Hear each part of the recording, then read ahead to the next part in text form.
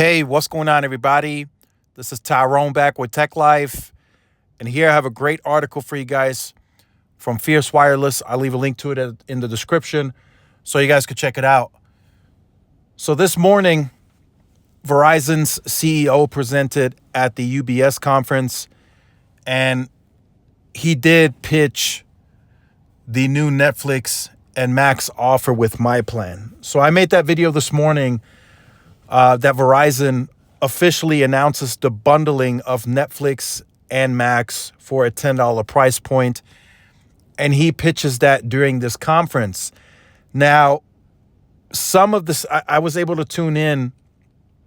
Some of his statements made didn't really make sense. He says that this plan is pushing the net adds in a positive direction for the quarter. And I was saying, how? You just launched it today. How is this helping? If he would have set that as a future outlook for the rest of this quarter, right? There's a few weeks left in the quarter. And he did kind of say that after the fact. He said, this offer and then the other perks that they offer for the value is helping them turn this fourth quarter around. And they're gaining momentum. But here's my thought on that.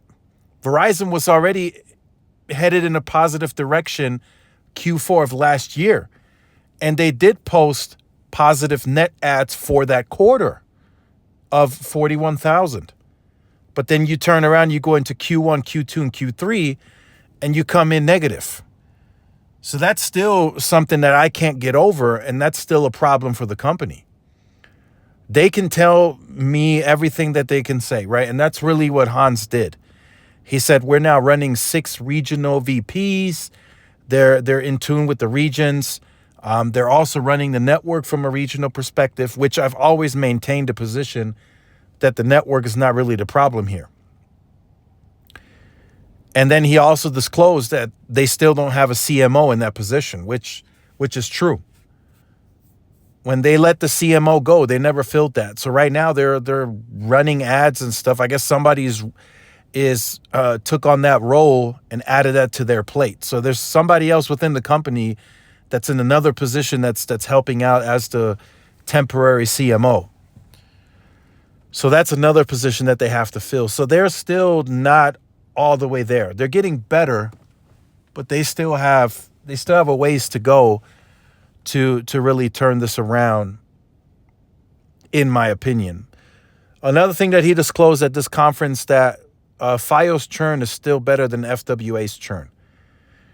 And he said that Fios has been around for 20 years. Fixed wireless access is still new.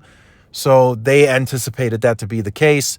But in the future, they are looking to try and lower and get the churn closer to what Fios is at today. I think that's going to be harder to do, but Verizon does have the highest NPS scores. So it's very possible that they can get the churn lowered to around what Fios is today. He didn't give any numbers, but all he said is Fios today has lower churn than fixed wireless access. Now, the fixed wireless access was discussed in this conference. There was a great question asked. And Hans said today they're building the network for fixed wireless access to continue to grow beyond 4 to 5 million. He was very clear on that today. Although he didn't give any guidance as to where they could be in the future, he says right now the only guidance they are looking forward to hitting is 4 to 5 million. And then once they get there, they will discuss a new target. But he says today the network they're building is being built with them growing beyond 4 to 5 million. And he did also say that they potentially could already grow beyond 4 to 5 million as it stands today. But they have about another 24 months, he says, of building and upgrading the network to do before they can confidently give a bigger guidance. So he says today they scaled and upgraded sites with C-band in the first top 76 PEAs. Middle of October is when they gained access to the rest of the C-band licensing.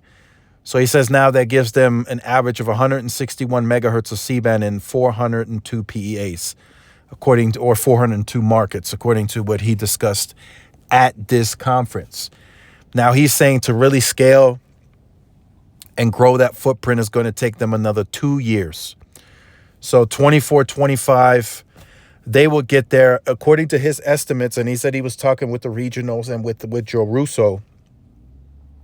So the C-band would really scale until 2026, right? So there's a difference here. When they say 2026, they're not talking about pops anymore. They're talking about getting this to scale, talking raw square miles. They want to get this on as many sites as they can possibly get it.